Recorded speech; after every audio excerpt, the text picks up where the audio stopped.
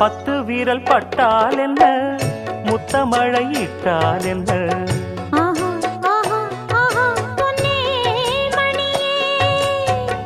பட்டு உடல் சுட்டால் என்ன, வெட்கம் அதை விட்டால் என்ன.